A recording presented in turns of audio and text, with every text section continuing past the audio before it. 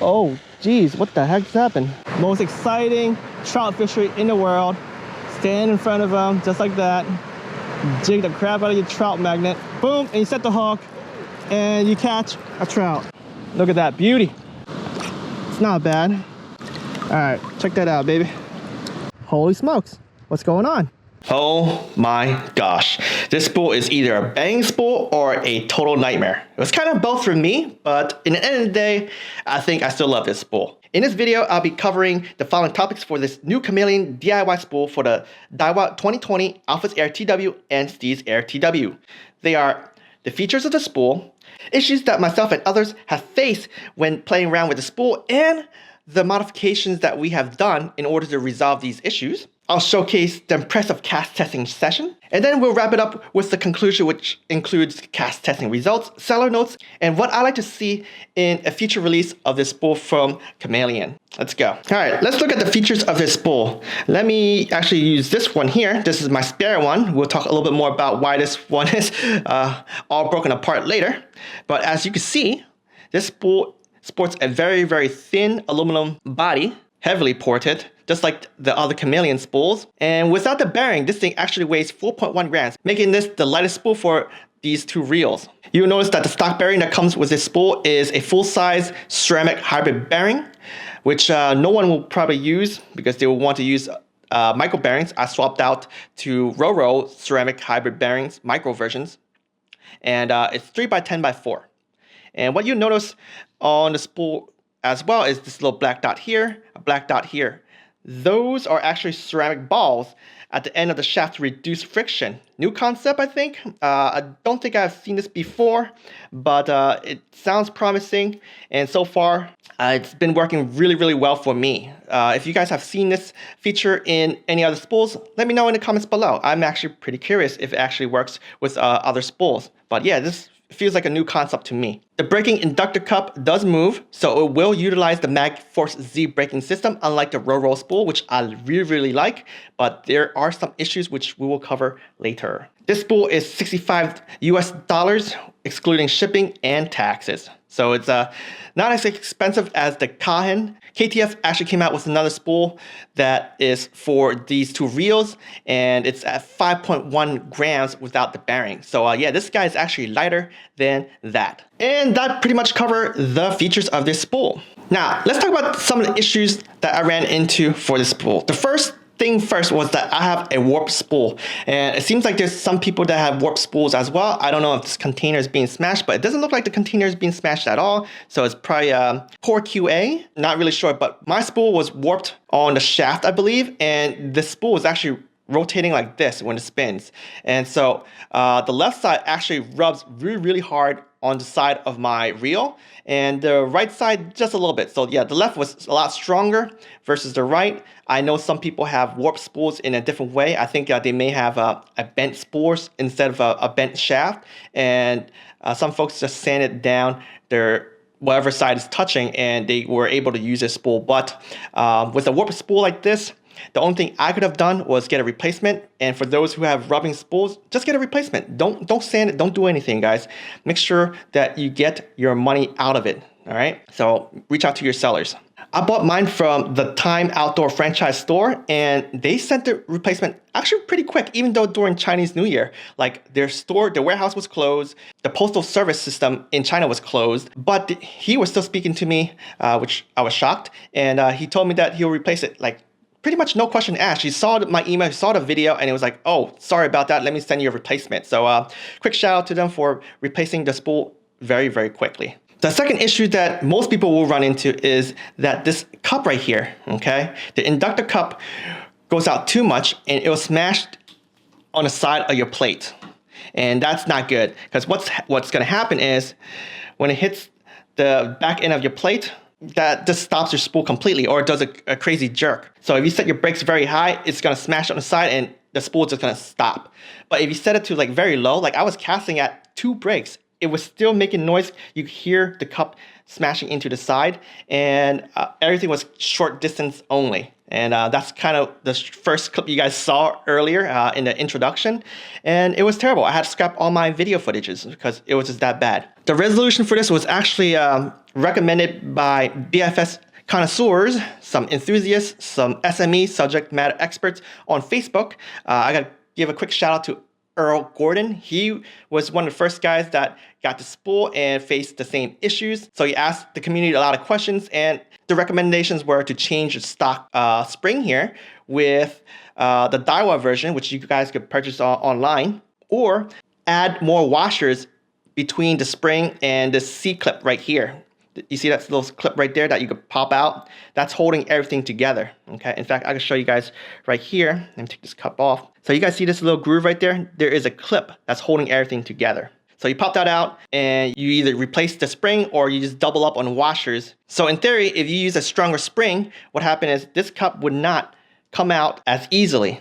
And by adding a washer, it also reduces the distance that this cup comes out, so preventing the smashing of the brakes into the wall. For me, because I have two spools here, I just took the plastic washer out of my spare spool and installed it onto here, and it was good to go. I didn't need to change the spring, but I may do so in the future, which we'll talk a little bit more during my conclusion of this video. For the cast testing video, I basically doubled up on the washers by putting the spare one on there. So perhaps in the future, I may change the springs. The last issue I ran into was this cup right here falling apart.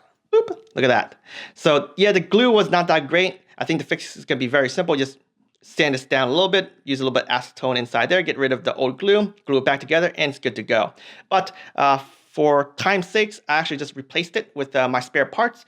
But off video, I will address this. I'll fix it and I'll just keep it on side for spare parts. But I don't think a lot of people will run into that. I don't know. I think one person, he was actually fiddling with his and he broke it and he just simply glued it back and it works. So hopefully no one will run into it. I'll tell you exactly how I broke mine. And while I was fishing for trout, I caught that trout that was in the beginning of the video, and I dipped my reel into the water, and it was pretty mucky there because I was, stirring up everything. And I think there's a piece of sand that came into my spool and my reel. And when I did reeling, I heard a crunch and it got stuck for a second and it's just continued spinning. And right after that, casting after casting after casting, I was having issues, like a ton of backlashes. And I set my brakes to 20 and it was still backlashing, and I was like, what the heck? So I opened it up and this thing just came right off. I was like, what? I was glad that I brought my stock spool in my aluminum container here, and I was able to continue fishing just by replacing the spool. But yeah, it was pretty upsetting that I broke the spool. I think that was totally my fault. Not sure if anyone else ran into this issue and broke their cup off, but seems like a simple fix to me. So those were the issues and the resolutions that I have for now. Now it's time for the amazing cast testing segment. For the line that is on this spool right here, I am using 4-pound test line from raWr Trout Advanced Bait Finesse High Vis Orange. As you guys see, it's freaking bright. So let's go. All right, so I'm back at my casting pond. All right. Once again, this is Daiwa Alphas Air TW 2020 with the new Chameleon spool that I have modified. This is the Surinoya Aries, the C47-2 Ultralight. This says Martial God, like martial artist God. All right. We got some 4-pound test line, some JDM line, some raWr. Gotta test out this awesome line. First lure we have here is the Trout Magnet at 1 gram, the 1/64 ounce Jig Head, and the small little plastic. Have a little clip on it, so it's just a tad bit over the 1 gram mark, but it's okay. We'll still enjoy throwing this, right?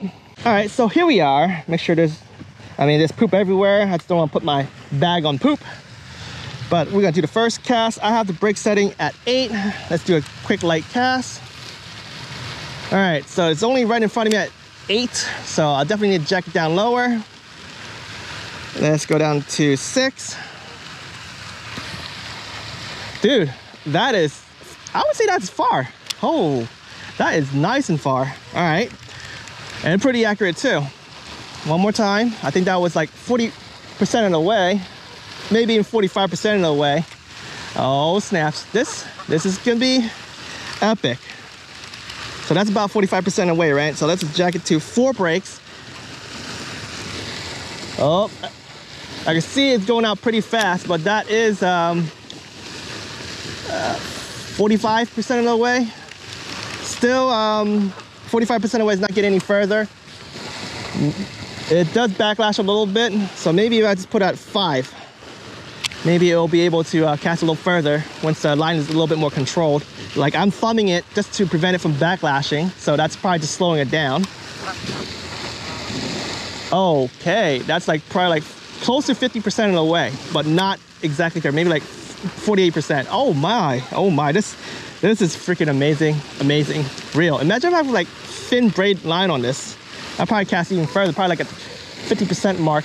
Oh, all right, so I went left a little bit, backlash right when it touched the water. I didn't thumb it on time, but break five, that's pretty good. This probably the best spool for Trout Magnet ever. Like seriously, totally seriously. So guys, I normally don't throw the Trout Magnet. I think there's just a crazy overhype of BFS stuff, BFS reels throwing that 1 gram mark. But with this spool, I gotta say, likely there's gonna be more and more people trying to throw stuff lighter than the 1 gram, okay? So yeah, we'll see how this goes, and we'll see the future of BFS and see how ultralight can go. But right now, I am so impressed with this spool after I modified it. I think I will start throwing a lot more hair jigs, because before BFS fishing, I've been throwing hair jigs like these. This is 1/32 ounce with some marabou and some chenille. And man, these geese over there is going crazy because they think I'm gonna feed him. But yeah, that's another issue with these ponds these days. A lot of people are just feeding ducks and geeses and stuff. But yeah, this guy is 1 gram weighed dry, but once you wet it, it's gonna be over 1 gram. So technically, I don't need this spool to throw this, but this will likely throw a hair jig further than I have ever done before. So let's wet this and let's give it a shot. And these geese need to get out of my way. Shoo. All right, so let's put this thing at 6 and see how that goes. It's wet. Okay, so it is a little backlashy, but it's hit 45% of the way. So it looks like it's it might be a little lesser distance than the Trout Mag. Oh, there's a bass right here, right in front of me.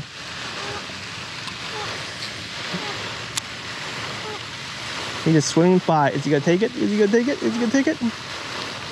I looked at it. Oh, he turned away. All right, no ADHD. We'll try fish later, but right now I'm gonna try to cast this. There's a little bit of wind. Didn't backlash this time. That is at 45% of the way.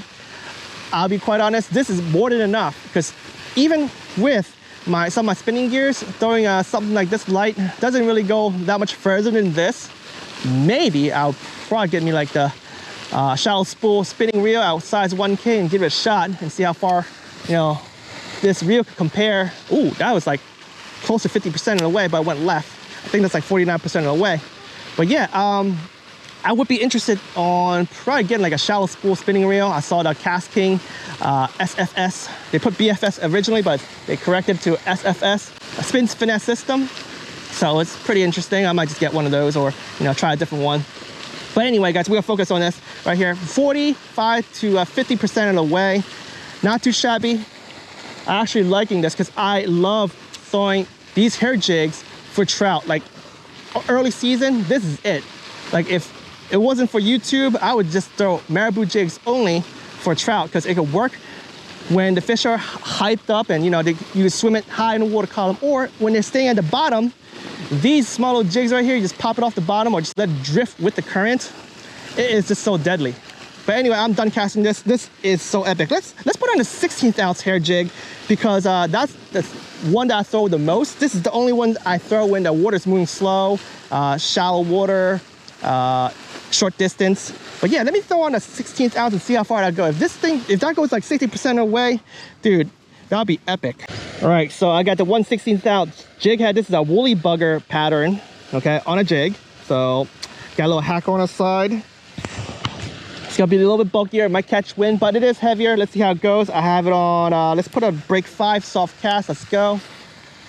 Oh, let go too early. I didn't expect that, but that was 40% of the way. Let's try again, but all right, I overcompensated, but it is like 55% of the way.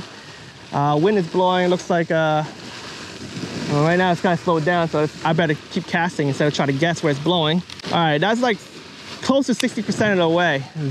That is amazing. This is all I need for distance throwing hair jigs for trout. I am in love with this reel and this spool. All right, so we got a Euro Tackle B-Vibe, the micro version, 1/16 ounce, but super duper small. This guy should fly.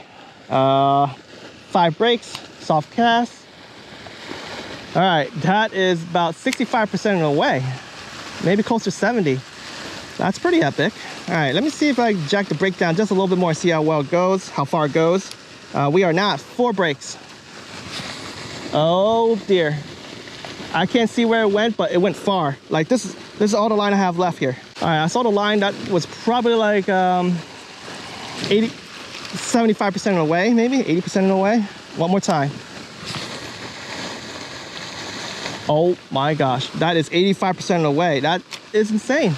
I never could cast this 1/16 ounce that far. I mean, for those who watch all my videos with all my other reels, even with this guy, the stock guy, I think I might have hit like over 50%, but not at 85% of the way. I'm gonna drop the brakes down a little bit more. I think this could handle because it's like so condensed, it's gonna fly, it's not gonna slow down in the middle of the air. 3 brakes. I'm gonna try 3 brakes. Ready, guys? I can feel it. Oh my gosh. That's getting closer to 90%. I'm gonna try it one more time. There's actually wind blowing right now.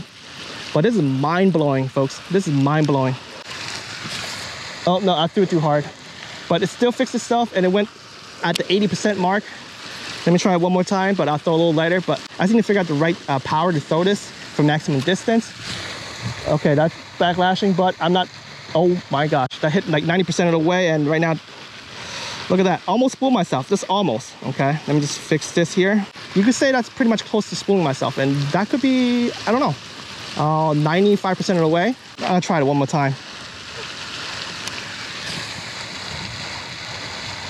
Yeah, that's 90% of the way right there. With a little bit backlash because I didn't thumb myself. I just want to see if it spools myself, but that is close enough to spooling myself, okay? Oh man. Oh man. So I am gonna put on some heavier lures, but this is amazing. Like a break 3. Crazy. All right, guys, the next lure is 3 grams. This is like the Trout Surger from Smith, but this is not theirs. A lot cheaper, a lot more affordable. This is coming to you guys very, very soon. So guys, you definitely will hear more about this lure very soon, but I am gonna sling this. I am likely gonna spool myself. Nope, not at all, not 8 breaks. Let me throw it out again, but that was like 75% of the way, maybe 70% of the way. I forgot to lower the brakes, but let's put at 6 and see how that goes. Oh man, that almost spooled myself, like 95% of the way, 3 grams. I don't have that much line. I'm not gonna overcast it and snap the line off. Oops, that was a little short. Let go too early, but it was 80% of the way, 85. All right, put it at 5 breaks, 90% of the way. That is good. But yeah, I don't think I'll throw anything heavier than this today. Actually, I'm gonna throw one more because I feel like that's gonna be a lure I want to throw in the future anyway. It's a 4 gram lure, but it is kind of bulky because it's an inline spinner. And I should have it right over. Oh, here we go. Here, this is the Blue Fox, the inline minnow spinner, and I put a inline, well, not really inline, but it's a assist hook, single hook at the end. This thing weighs 4.1 grams. I wanted to throw this in the spring in shallow waters. Oh yeah, still spins, that's good. All right, so let's cast this baddie. Oh crap, it's so heavy that it came out so quick. So I gotta adjust my brakes and also my casting angle. I put this at 6 brake, the wind did kick up, but it should kind of fly through the wind. I feel like it might be compact, not bulky, but we'll see. But to me, this is considered a bulk with the blades because it's like free swinging. Yeah, I can see the blades catching air and it kind of caused some issues, but that was still a good cast. That was about 75% of the way, and yeah, This is a very, very good lure for springtime for trout or anything in shallow water. And being able to throw inline spinners on a bait caster, ooh, that's 85% away, maybe 80, 85. Yeah, being able to throw inline spinner on a bait caster is awesome because it doesn't, I guess the reel doesn't really get impacted that much by line twist compared to, let's say, a spinning reel. So I'll definitely be throwing more inline spinner this season, especially with the lighter versions with this this reel. It's fun. All right, so the last lure I'm gonna throw is a 1/16 ounce jig head plus a plastic swim bait. This is from Epic Bait Molds, and this is their slick swim bait, their micro swim bait. They got more swim baits and they're coming into my mail very soon, so I can't wait to try them out. But right now, this thing right here is close to 3 grams. So a lot of things I like to throw for soft plastic on a jig head. This is like 2-inch soft plastic and a 1/16 ounce jig head, right? And that usually totals somewhere between 2.5 to 3 grams. Really depends on the type of plastic. But this thing should probably fly. So spool myself maybe? Nope, didn't spool myself. The brakes that 6 right there. Well, let me just jack it down for a second. Let's reel this in. Give it a shot. Oh yeah, I spooled myself. So yep, I don't really know how much line I have here, but let me just aim for, because this is pretty cheap, right? I'll aim for the water fountain and see exactly how close it is in that water fountain. I cast it on an angle because I knew it's gonna fly far and I didn't want to lose it on the first cast. Oh, for some reason, casting over there went further. I think the wind is going to the right a little bit too. So let me try one more time. I'll probably jack my brake down a little lower too. Is that 4? 1, 2, 3, 4. Oh yeah, did that really happen? That was probably like an inch short from the fountain. I gotta cast one more time. It's hard to see because of all the splashing, but I did spool myself again. Nope, that time I didn't. I got cast higher because it sinks. It drops pretty quick. All right, so it's a high cast. Let's go, let's go, let's go. Oh no, crazy. Too much power.